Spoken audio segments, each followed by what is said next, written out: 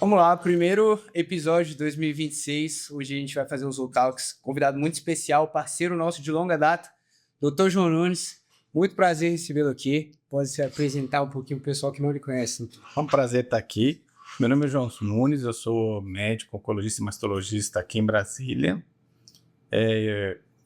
Nasci na Bahia, vim para Brasília com 1 ano de idade. Meu pai foi transferido do Banco do Brasil para Brasília e eu fiz toda a minha carreira praticamente aqui em Brasília.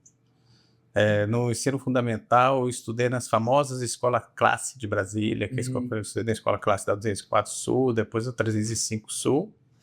Posteriormente, estudei no Colégio Pio XII de Brasília e fiz o ensino médio na Escola Preparatória de Cadetes do Arco, uma escola militar de ensino padrão muito elevado. É um ensino bem robusto. Sim. Depois fui para a Academia da Força Aérea. De lá eu pedi desligamento para fazer medicina aqui em Brasília.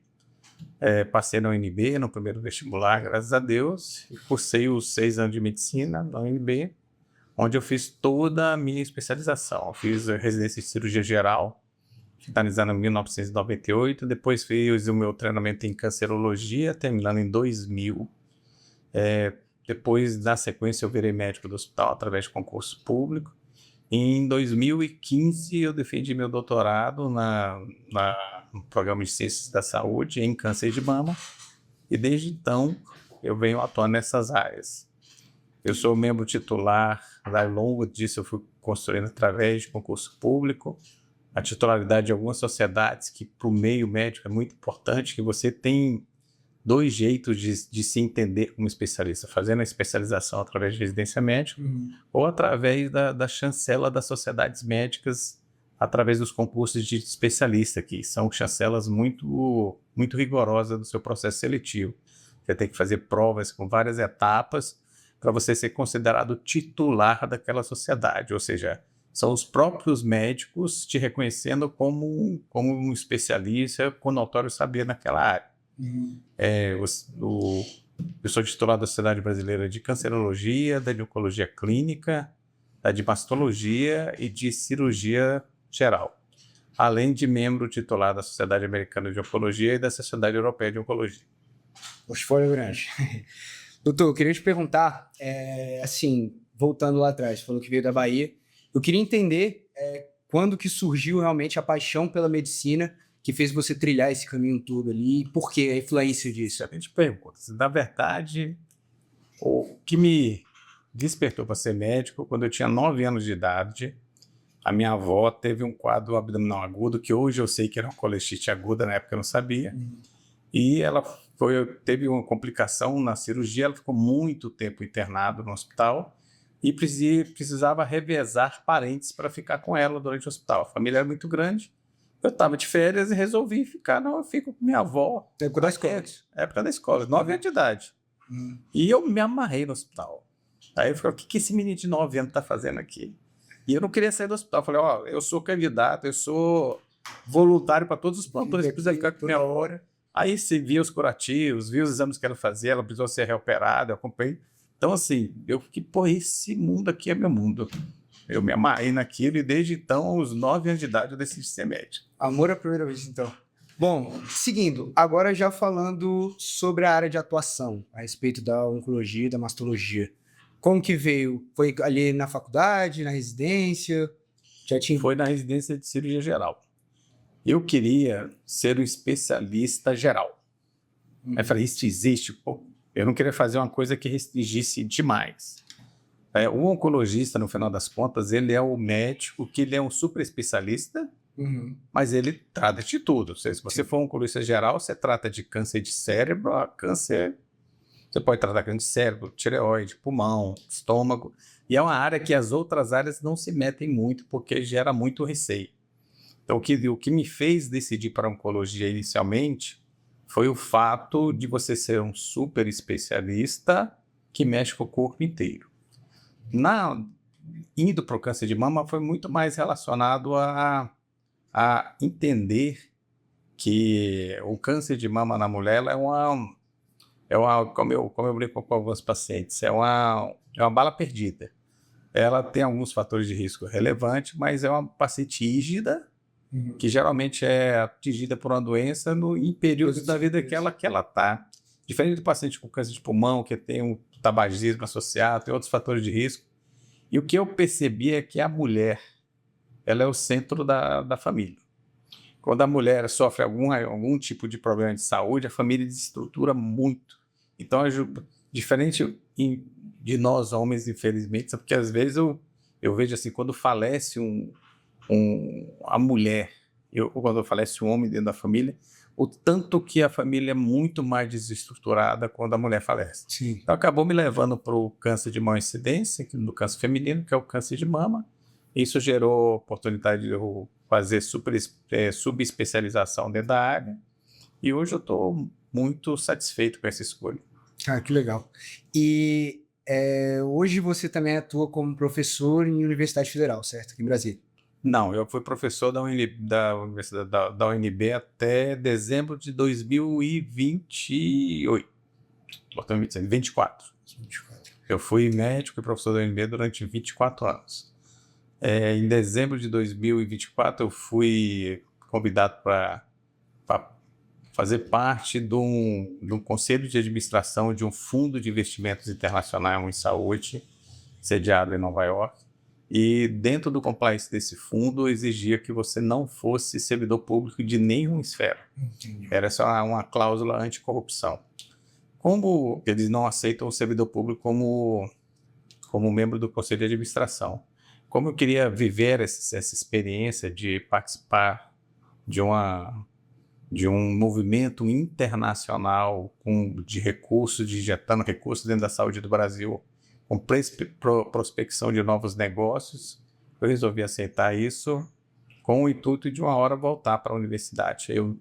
Desde que eu saí como professor de carreira da universidade, eu continuo como professor voluntário. Eu nunca deixei o meu vínculo de professor com a universidade, apesar de não ser mais um servidor público contratado. É como se é literalmente o combatente ali do câncer como um todo, que atende, tem seus pacientes, ensina, instrui.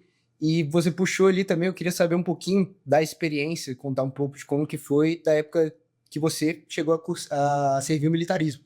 Contar um pouquinho dessa experiência. Eu fiz preparatório de cadete do ar de 1986 a 88. Eu já queria fazer medicina, o meu objetivo de ter ido para a EPICAR era fazer um ensino médio competitivo, que o internato seria apto a disputar no vestibular de medicina. Foi bom, eu passei 3 vestibulares na época. Eu passei na Unicamp, na UNB e na Federal de Uberlândia. Escolhi fazer da UNB. E foi uma coisa super legal. Eu acho que o militarismo foi uma coisa que lapidou várias coisas. Dedicação, patriotismo, um monte de coisa que foi muito especial na minha vida. Fiz vários amigos que são muito amigos meus até hoje, eles permanecem como grandes colegas. Muitos são coronéis da reserva, tem vários oficiais generais da minha turma, que a gente tem hoje uma convivência bem bacana. Isso acabou motivando meu convite para voltar agora para as Forças Armadas, né? Entrei num processo de seleção também, porque tem que ser feito processo de seleção, e hoje eu estou chefiando o serviço de oncologia do Hospital das Forças Armadas, não, Hospital da Força Aérea de Brasília, e dando também suporte em termos de estratégia de gestão para o Hospital das Forças Armadas, estruturando a assistência oncológica dos militares dentro do Distrito Federal. Que legal. Cara, dito tudo isso que a gente conversou sobre o ensino da medicina, sobre a atuação, sobre o militarismo, hoje eu vejo que a presença digital, ela se torna mais um canal, e você como um professor, como que você se sente, como que você decidiu começar a se posicionar e produzir conteúdo de fato sobre isso? Eu, na verdade, inicialmente tive muita resistência. Eu era um crítico desse tipo de estratégia. Por quê? Porque, assim, de forma global, eu tinha um preconceito relacionado ao profissional que usava muita mídia social. Porque o profissional que usava mídia social era geralmente médicos jovens, médicos que estavam procurando atalhos dentro da carreira. Sim. Isso acontece ainda hoje com muita frequência. Mas eu comecei a estudar o assunto e teve um livro que eu fiquei muito impressionado que se chama Tempo Roubado, tá entendendo? Que era de um jornalista americano, especialista em mídia digital, e ele falava a importância do bom usuário da mídia social. Sim. Porque, assim, perde-se muito tempo dentro de mídia social e os conteúdos lá têm que ser relevantes. Sim. O tempo que hoje a humanidade convive com a mídia social, se ela aproveitasse esse tempo para conviver na mídia social com temas relevantes, isso teoricamente melhoraria. As pessoas hoje em dia já não leem mais jornal como liam antes. Hoje o Instagram se tornou isso. Né? E aí eu sempre faço um paralelo assim. Se você der um bisturi na mão de um bandido, ele vai matar pessoas. Se você der um bisturi na mão do cirurgião, ele pode salvar pessoas. Perfeito. Aí a pergunta é assim, a culpa é do bisturi ou do usuário? Perfeito. Então eu passei a olhar a mídia por outro lado e falei, cara, isso pode ser uma ferramenta importante. Existe também algumas campanhas de algumas entidades médicas que sugerem que médicos que tenham formação e um histórico de ensino que ocupem esse espaço com responsabilidade, com informação adequada e com informação que melhore a conscientização dos pacientes. Uma coisa que eu sempre acho relevante também é que, assim, não, na minha opinião, na minha modesta opinião, não existe mais público leigo em quase nada, porque a informação hoje ela é muito difusa. Se você pega um paciente com câncer de mama, por exemplo, quando ela chega no meu consultório, ela já sabe quase tudo sobre a doença dela. Você quase passa a ser um consultor mesmo. Você vai tentar administrar a pessoa por caminhos que ela já adquire de forma muito intensa. Por outro lado, é importante você ter alguém para gerenciar essa informação e para dar rumo para essa orientação. Outro exemplo que eu sempre falo, existem elementos hoje em mídia social para construir um avião. Sim. Se você quiser, você consegue construir um avião. Se você construir um avião, você vai voar nele? Obrigado. Não, mas para a medicina vale a mesma coisa. A pessoa tem muita informação. O que você vai fazer com essa informação com ela? Até trazendo um gancho disso, hoje eu queria saber como que tá a relação dos pacientes que chegam com laudo de ChatGPT, laudo de inteligência artificial. Quanto isso prejudica ou quanto que agrega o seu trabalho? Como você consegue ver isso? Hoje eu acho que agrega. Antigamente eu já vi isso com outros olhos, porque às vezes eu pego o próprio ChatGPT dentro da própria consulta dela e moldo do jeito que seria importante. Entendi. Entendendo que tem críticas, tem tudo, mas é uma ferramenta fundamental, essencial. Não tem mais como fugir disso. E eu, assim, com 30 anos de formato, tendo que reaprender, mas é assim mesmo, não modificar. Mas as ferramentas são muito interessantes. E outra coisa que eu falo assim, todo ano eu estou um ano mais velho, mas meus alunos estão da mesma idade sempre, né? Então, assim, eu convivo com jovens médicos Tem que se atualizar. que todo ano continuam jovens médicos, né, cara? E a sensação que eu tenho é que eles estão cada vez mais jovens, mas na verdade eu que estou cada vez mais velho. Que, cara, a evolução do jeito que está a inteligência artificial, o ChatGPT acabou de lançar, ele lançou essa semana o ChatGPT Health, chegou a ver? Sim. Que é uma espécie de telemedicina, eles ainda estão na versão beta, mas, cara, assim, pode revolucionar muita coisa, né? Pode. Já como eu falo assim, eu acho que o médico vai ser o paciente vai trazer um número de informações, vai te perguntar, o que você acha disso, doutor? Isso é aplicável ao meu caso ou não? Sabe, você vai decidir em cima, às vezes, da informação que ela trouxer, não vai ser uma coisa aleatória que a relação médico-paciente modificou demais por conta do acesso à informação. Antigamente o médico ele era quase um ditador, né? Ele não era questionado. Quem não entender que isso mudou, que o seu papel é muito mais de uma consultoria sobre como conduzir uma situação do que... E essa consultoria, ela eventualmente vai passar por momentos de negociação. Você fala assim, o melhor caminho é esse, mas tem esse. Isso é bom porque o médico sai daquele pedestal, mas ele também começa a dividir responsabilidade. Expertise, né? Tudo que ele estudou, tudo que ele trabalhou, ele está disputando com a inteligência artificial. Mas isso é bom, porque o paciente vai chegar agora a paciente também domina o conhecimento.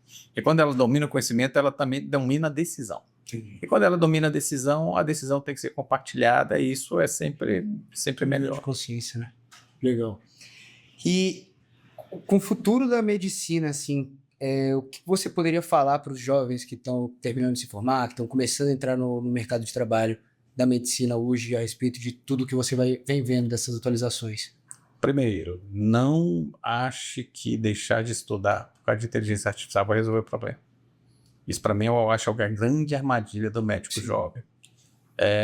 Eu já ouvi, tem piadinhas que é meio médico, sabe? Ela fala assim, ó, só precisa estudar médico que não se garante em mídia social. Isso tá errado, esse pensamento é errado. E tem uma coisa que nunca vai mudar, que é a relação humana da medicina. Por mais que tenha tecnologia, sim, sempre estaremos frente a um ser humano. Pessoas, né? São pessoas, não tem para onde correr. E isso nunca vai ser feito por máquinas. Você entender quais são as dimensões do problema, que é o que o paciente está sentindo, do ponto de vista puramente humano. Isso máquina nenhuma vai substituir. Tem emoção. E se você não conseguir estabelecer uma conexão, um dos sentimentos que eu acho mais importante do médico exercitar é a empatia verdadeira, de se colocar no lugar do paciente, entender a dimensão daquele sofrimento dele, para a família dele, para tudo que as relações sociais que estão acontecendo com ele. Isso nunca vai ser substituído. Não tem como ser substituído. Tem uma frase da professora Lucilena Galvão, que é uma filósofa, que ela fala que é mais fácil o homem ir à lua do que ir para dentro de si mesmo. Entendeu? E esse mergulho para dentro de si mesmo, isso faz, eventualmente, o médico pode ajudar. Isso nunca vai ser feito por ChatGPT, nem por nenhum tipo de tecnologia.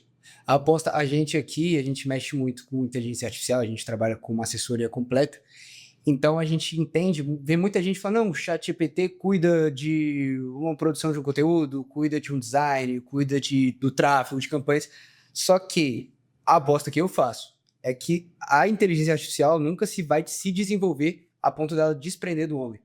Sempre vai precisar do homem guiando ela até certo ponto.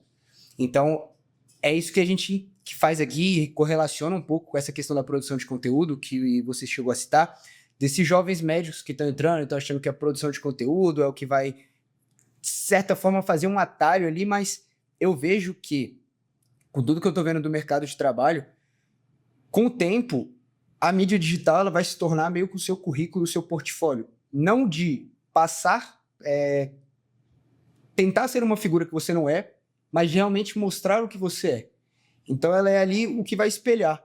E com o tempo, você fazendo isso de forma séria e adaptada, o grande problema é esse nicho, principalmente de médicos e clínicas, acham que para você precisar, quando se faz produção de conteúdo, a gente fala aquela coisa banal, fala aquela coisa de dancinha, fala aquela coisa de ficar postando meme. E não, é você, exatamente o trabalho que você faz, muito bem feito, inclusive, de manter a sua personalidade, manter o seu caráter e se comunicar para o seu público. Eu acho esse é um grande desafio. Que eu acho que, no fundo, as pessoas, elas, de forma global, elas distorcem a personalidade dentro da mídia social. Isso é o problema. Não tem ninguém triste na mídia social, não tem ninguém... Tá todo mundo feliz, tá todo mundo fazendo só coisa boa, tá todo mundo comendo só comida boa, tá todo mundo só de férias. Falei, cara, ninguém tá sofrendo. Assim, se a mídia social for para você consolidar a sua personalidade, Exato. eu acho perfeito.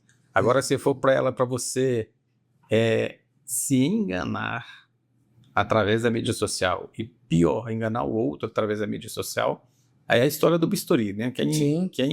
A culpa é do bisturi? Não. A culpa não é da mídia social. A culpa é do usuário. É muito importante você consolidar, aí eu concordo com você. O caminho certo da mídia social é você consolidar o que você é, a sua personalidade. Perfeito. Mas cai a máscara. A gente eu trabalho com produção minha, comecei no mercado de marketing com a minha produção de conteúdo e, cara, a quantidade de pessoas que eu vi falando coisas que não faziam e vice-versa, uma hora cai e chega a conta.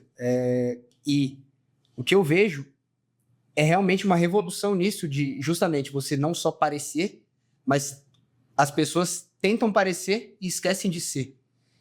E com o tempo isso vai ficar prejudicial porque posicionamento, principalmente a gente está falando aqui, não de pessoas que já estão consolidadas no mercado, não falando de pessoas como você que já tem anos de profissão, que já tem sua vida formada, mas pessoas que estão adentrando o mercado de trabalho, estão começando, o posicionamento a respeito do trabalho dela em si, do portfólio dela, não digo de pessoa, do que ela faz, do que ela sente, que ela foi para academia hoje, não foi para academia hoje, Mas o que ela faz de fato, isso com o tempo eu vejo se tornando uma obrigação. Porque com essa atualização do mercado, cara, o pessoal que tá entrando agora não consegue pegar. Eu concordo com você, mas você pegou um gancho que eu nunca tinha pensado. Assim, a mídia social, ela tem que ser para consolidar quem você é, o que você faz, qual a contribuição que você está trazendo para a humanidade. E não enganar, né? Porque assim, usar a mídia social para vender algo que você não é, que você não faz, isso, apesar de, como você fala, que a máscara cai, mas até ela cair, ela pode prejudicar Prejudica muita gente. Muita gente. Hoje o que mais tem no mercado, principalmente no mercado de marketing, cara, assim, são pessoas que preferem optar por um caminho mais fácil e vendem só indo ali de, por exemplo, você está vendendo um curso de como você ficar milionário em uma semana, em um mês. Muita gente cai e muita gente se prejudica com isso, acredita. Mas, enfim, é muito daquilo de princípios e caráter. Então, tudo gira em torno disso. A gente trabalha com pessoas que a gente acredita para trabalhar conosco. A gente precisa acreditar na pessoa, tanto no caráter quanto no projeto dela. Porque senão é uma coisa que a gente hoje nós sendo prestadores de serviço, a gente começando a pegar também gente que não faz sentido com isso, a gente se queima. Então, assim, é um caminho mais longo, é um caminho mais demorado, que hoje com o projeto, com o trabalho que a gente faz no seu perfil e toda a marca do Dr. João Nunes, a gente poderia fazer um trabalho de viralização, um trabalho de em massa, mas a gente ia perder a qualidade, ia perder realmente a seriedade do trabalho. Então, a gente aqui, a política que a gente tem desde que a gente iniciou foi, cara, vamos seguir o caminho mais longo, mas o caminho sério, para juntar o que o pessoal da medicina lá atrás fez com o que a gente faz hoje, que é justamente pegar o que você fez de melhor, toda a sua carreira, todo o seu conhecimento e impulsionar isso da melhor forma, sem prejudicar também a sua imagem, entendeu? Concordo genuinamente com isso. Eu acho que, assim, para coisa séria na vida, não tem atalho. Não tem atalho. É um caminho longo, difícil, penoso, mas não tem atalho. Perfeito. E agora, descontraindo um pouco, eu queria entender como que foi ali sua primeira experiência quando a gente fala de produção de conteúdo, seja ali gravar um vídeo, seja na época do EAD, nas captações que a gente faz, enfim, como que foi? Cara, na verdade, é o seguinte, as primeiras vezes, até antes da Zoom, foi bem traumática, assim, falar em vídeo não é uma coisa engraçada, assim. Na pandemia teve uma coisa muito interessante, eu fui dar uma vez uma aula no Einstein, lá em São Paulo, que por causa da pandemia não podia ter aglomeração, aí você foi eu fui para um auditório que tinha um cara me filmando, que ia ser transmitida a aula pro Brasil, e eu dei uma aula para uma câmera de televisão, né? Isso é uma coisa estranha, mas é que você começa a entender a dimensão disso. Então, assim, foi um fato interessante. O grande problema da criação de médico da minha geração, de criação de mídia social, é que a gente não foi treinado para isso. Isso é muito novo. Sim. As pessoas... Assim, nós não nascemos na época que tinha celular, a gente não tinha tela, não tinha... Então, hoje, existe uma geração de médicos e isso é muito natural. Nós temos que aprender. Nós temos que aprender, mas depois que aprende, fica mais tranquilo. E eu acho ainda... Você fala assim, que para mim que é uma atividade que sai fácil. Não sai, tem que fazer um pouquinho de esforço. Você tem que se esforçar para fazer, mas está ficando cada vez mais natural. Costume, né? Prático. É porque é muito doido quando você para pensar de assim, a gente produz a captação que a gente fez. A gente produziu 5 Reels, desses 5 tiveram 40 segundos, só que aquele assunto dos 40 segundos, quanto tempo você demorou para aprender esse assunto? Isso é uma coisa também. Você condensar o tempo de atenção da humanidade hoje, ela é cada vez menor. Então você tem que condensar muito conhecimento e palavras certas de forma muito curta. Isso também é um aprendizado. Sim. Não existe mais coisas muito longas no Neo. Por outro lado, assim, a capilarização disso é uma coisa que sempre me impressiona. Se você faz um vídeo que é visto por 1.000 pessoas, eu falo assim, eu nunca dei uma aula para 1.000 pessoas no auditório. Muita gente. Isso é uma coisa que isso é uma coisa que a dimensão disso para uma geração de médicos, ela é completamente distinta. Não, acho que foi em novembro que teve boom, que o perfil que a gente mandou. Quando que foi? Foi em novembro? Em novembro para dezembro. Bateram quantas visualizações de perfil no mês? Cara, deu mais de 10 mil visualizações. Eu acho que foi mais. Acho que foi bem mais. Mas assim, você imagina 10 mil pessoas entrando, vendo o seu perfil ali por mês, é loucura. Eu já abri meu perfil às vezes, eu bato pra olhar, cara. O máximo que eu peguei uma vez foi 180 mil pessoas entrando no meu perfil. Aí você bate assim, Rapaz, são 3 Maracanã cheios. 3 Maracanã cheios. Então, assim, essa capilaridade, ela tem que ser usada para o bem. Total. Tem que ser usada para o bem. Então, assim, quando eu procurei vocês, eu fiz uma proposta um pouquinho diferente também, assim, que eu não quero venda, eu quero informação de qualidade. Isso, às vezes, é difícil ser entendido. Eu tive experiências boas e ruins com assessorias anteriores, porque todo mundo topa isso no início, mas aí no decorrer o cara começa a querer te direcionar para o caminho que você não quer. Uma das coisas que eu gostei da Azul é que vocês nunca direcionaram para o caminho da venda pura, e sim da produção de conteúdo de qualidade, que assim, que está lá na minha missão da mídia social, que é trazer informação de qualidade para o maior número possível de pessoas. Não é autopromoção. Isso às vezes parece gerar uma sensação de, é uma opinião piegas, mas isso é verdadeiro dentro de mim. Então, assim, quando é verdadeiro, como você fala, ele é sustentável no longo prazo. Quando é falso, ele morre. Né? Sim. Então, assim, a gente já está há algum tempo e você vê que isso não mudou. Eu acho que, assim, esse foco a gente não pode perder nunca. Não, esse foco. Como eu sempre falo com vocês, se alguém entrar em qualquer contato com minha mídia social, ele tem que sair do outro lado com alguma coisa na bagagem, com alguma coisa positiva na bagagem. Ele não pode ter a sensação que ele se divertiu, perdeu o tempo dele. Uma coisa que eu respeito demais das pessoas é o tempo. Ela não pode perder tempo comigo. E ela tem que sair melhor do que ela entrou. Perfeito. E esse é o trabalho que a gente faz. Falando aqui um pouquinho... o doutor comentou que demora, que o primeiro contato com a câmera, mas hoje em dia já pegou por prática. Pelo que eu fiquei sabendo dos meninos lá, vocês gravaram não sei quantos vídeos em 1 hora, não foi um negócio assim? Foram 5 vídeos em meia hora. 5 vídeos em meia hora. Mas eu uso uma técnica aí de pessoal, né? Eu finjo que eu tô dando uma aulinha. Já também fica mais fácil. Aí fica fácil. Você tem que esquecer que tá vendo o que tá na câmera, né? Senão... Aí fica fácil. E hoje você consegue perceber alguma diferença de tanto pacientes quanto colegas de trabalho depois que você começou a se posicionar? Sim. Primeiro, assim, colegas que não gostam. Pelas que o João tá mexendo com isso? Eles sabem que eu sou muito sério, eu tinha muita resistência a isso. E eu acho que as pessoas de conteúdo precisam ocupar esse espaço. Primeira coisa é isso. Isso tem uma repercussão bem positiva no público que eu atendo. Eu tenho vários pacientes que se sentem informadas pelos conteúdos que a gente gera. O meu objetivo básico é o paciente, não é médico, não é o objetivo básico hoje das minhas mídias é instruir o paciente, porque, como eu falo, paciente com câncer de mama, que já teve câncer de mama, que já vivenciou essa experiência, ela é uma geradora de opiniões. Ela forma muito, ela vira referência para as amigas, ela fica referência para todo mundo. E ela precisa de um espaço também. E ela precisa além dela precisar do espaço, ela precisa de informação de qualidade para ela passar para frente. Ela não pode pegar coisas que é de orelhada, que não tem fundamentação científica, que não tem um lastro muito robusto para ela se posicionar. Então, o meu objetivo é trazer informações de qualidade, principalmente para o público que teve câncer de mama, para que ela se posicione como formadora de opinião para as outras mulheres. Entendi.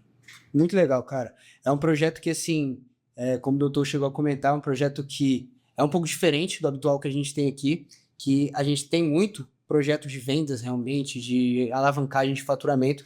Tem projetos de autoridade, de posicionamento de perfil também, só que é um projeto que a gente consegue ver que é muito puro, específico, e a gente entende o quão frágil, quão importante tem que ser o nosso papel dentro disso, porque a gente é uma posição que dentro da, vamos botar com o seu público, da oncologia, da mastologia, a gente está falando de um assunto muito sério e que, como você citou aqui no início do programa, ele gera muita dor, ele causa muita dor, ele te destrói uma família. Então, assim, o desafio da gente trazer uma comunicação que seja clara para a pessoa que não tem tanta instrução e também uma instrução técnica é o que a gente faz e é o que a gente conseguiu. Hoje eu falo que a gente conseguiu fazer muito bem, a gente recebe feedbacks muito bons dentro do seu perfil, a gente recebe as pessoas, cara, se entrar no perfil do doutor e olhar nos reels que a gente posta, os comentários, chega a ser emocionante, cara. Falando de verdade, a gente é uma coisa que a gente admira muito e eu quero que você saiba que a gente faz com muito carinho pelo projeto em si, não só pela sua pessoa. Excelente, obrigado. Isso a gente tem que fazer as coisas primeiro com responsabilidade e com virtudes. Esse é o objetivo. Perfeito. E aqui, só para tirar uma perguntinha. Dentro de todo o projeto, não só o projeto conosco, mas de toda essa presença digital, você consegue citar, assim, na ponta da língua, o aprendizado que você tomou, seja a respeito de o quanto sua comunicação pode ser entregue, quantas pessoas podem te escutar falar, ou algo do tipo? Isso. O que eu aprendi, essa é a coisa que mais me deixa impressionado com a mídia social, é que ele é um palco de reverberação muito maior do que qualquer sala de aula. Também é uma coisa... Eu fico muito impressionado com isso. Assim, o tanto que... E como ela é uma ferramenta muito poderosa, como diz o Homem-Aranha, né? Grandes poderes, grandes responsabilidades. Total. Então, assim, como é uma ferramenta muito poderosa, você tem que ter muita responsabilidade. E hoje eu acho que tem uma irresponsabilidade generalizada nesse cenário. Né? Então, assim, pessoas de bem têm que ocupar espaço. Perfeito. Pessoas de bem têm que ocupar espaço. Assim, eu tenho muito colega médico de excelente padrão que fala assim, Deus me livre mexer com isso. Eu falei, cara, você está no caminho errado. Assim, é sua responsabilidade usar essa ferramenta para a sociedade. Cara, é que hoje a gente vê como uma forma realmente de amplificar. Então, todo o conhecimento, tudo que você construiu, igual você falou agora, você consegue comunicar com muita gente, cara. Então, muita gente pode te escutar. E hoje, o trabalho que a gente faz aqui, o trabalho que você faz, que pessoas que passam uma mensagem séria realmente fazem, a gente está lutando contra uma grande massa de pessoas que está usando a internet de uma forma, que está usando produção de conteúdo para enganar pessoas, que as pessoas que estão aqui o tempo inteiro, dopamina, dopamina, dopamina. Então, é um trabalho muito árduo que a gente faz e é normal ver o pessoal que vê de fora achar que, pô, quando se fala de produção de conteúdo, a gente tá falando de brincadeira, tá falando de algo banal. Só que, se você parar para pensar, o que você consegue comunicar, a quantidade de pessoas que você consegue passar a sua mensagem é assustador. Então, assim, muito importante. E, visto tudo isso, para finalizar, eu queria te puxar como que você enxerga o futuro da comunicação médica dos profissionais de saúde médico hoje? Essa pergunta é muito complicada. Como um todo. A gente debater aqui rápido. Eu acho que a comunicação, cara, ela vai ser essencialmente... Ela nunca vai deixar de ser interpessoal. Você sempre vai ter um paciente no consultório, você sempre vai ter a arena do consultório para você discutir. O médico do futuro, eu acho que ele sempre vai ter que ter um conhecimento técnico relacionado à área dele muito, muito sustentada, isso é fundamental. Sempre vai ser assim. Sempre, ele vai ter que passar muita segurança nessa comunicação, ele vai ter que necessariamente utilizar as ferramentas de mídia social para ele ocupar o espaço com responsabilidade, para ele consolidar a sua posição como médico, isso é fundamental. Ele vai ter que cada vez mais se especializar nos relacionamentos humanos, porque a mídia não vai substituir isso. Pelo contrário, eu acho que a quantidade de pessoas carentes dessa relação que a mídia vai gerar é muito... Porque, na maioria das vezes, o que eu acho que no futuro não vai acontecer é que o paciente ele já vai chegar com muita informação. Uhum. Então, você tem que saber ser um consultor. E onde ele buscou essa informação? Esse que é Sim. Onde o paciente buscou essa informação? Sim. Você participou da construção dessa informação que o paciente buscou? Essa é uma pergunta que o médico tem que fazer. Entendi. Sabe? Eu busquei essa informação no YouTube, eu busquei essa informação... Cara, excelente. Você buscou essa informação em profissionais que têm responsabilidade com o que está falando. Essa é a primeira pergunta. Segundo, que ele vai atrás de uma consultoria, ele não vai atrás de uma ditadura de regras. E o terceiro fator importante é que ele vai atrás de acolhimento. E esse acolhimento ele não vai ser substituído.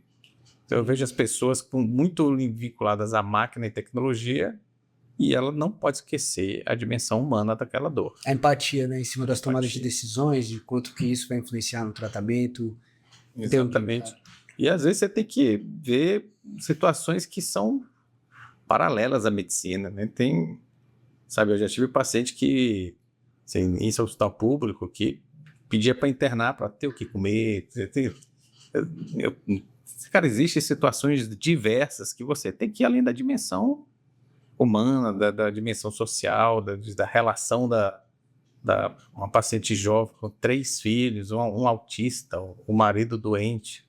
Se eu tenho uma paciente que tem um câncer de mama metastático, ela é filha única, o pai já faleceu e a mãe tem uma sequela de AVC. Cara, isso máquina nenhuma vai conseguir resolver. E às vezes ela vem assim, doutor, como que eu organizo a minha vida para eu poder enfrentar essa situação?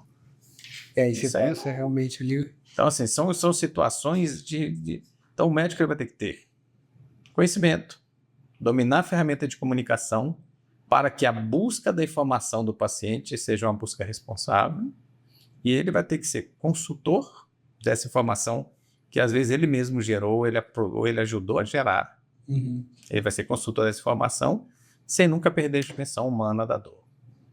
Legal. Então, o foco das relações interpessoais, da empatia e do ser humano nunca será substituído. Eu bato o meu termo.